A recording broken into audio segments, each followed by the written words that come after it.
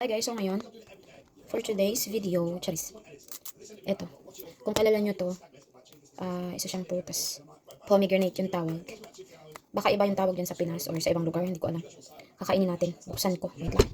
So ayun, kumuha ko ng bowl, kasi kailangan, tignan na natin, wait lang, sarap, hiwain natin dito, tinanggal ko lang to, ito, so, tara, baakin natin to, ayan, matigas. Matigas tong tunga.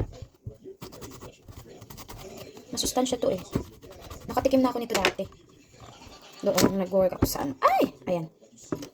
Ito siya oh. Ganyan yung ano niya. Para siyang mais. Yun laman, ganyan.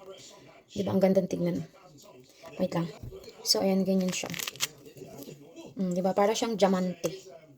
Ayan. Pero sobrang tamis nito. Ayan, wait. Himayin ko lang. Dito. Kaya ako, ayan oh. Tumatalsik ko. Kulay ano, violet. Kaya ako nagkuha ng lalagyan kasi ganyan nga siya. Para siyang mais. Ayan. Mahal yung isang piraso nito. Ay! Mga siguro 100 mahigit dyan. Ito, isang buo na to. Ay kasi ano lang dito, 1 pound mahigit. Yung pera dito sa UK. So ayan, wait lang. Ganyan siya. Para siyang diamond. Na may pagkamais. Ayan. That's ganito yung lalagyan niya. Matalas. Magaspang.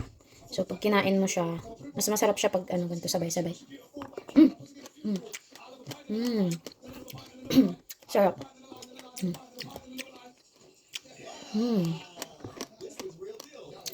Juicy siya. Ayan ganyan siya. Para siyang tsaka yung kulay niya, violet. Pomegranate. Ewan ko anong tawag nito sa Pinas. Ayan, pero masarap. Ayan, natapos na. Kakainin naman natin. Ito, gamitan natin ng kutsara.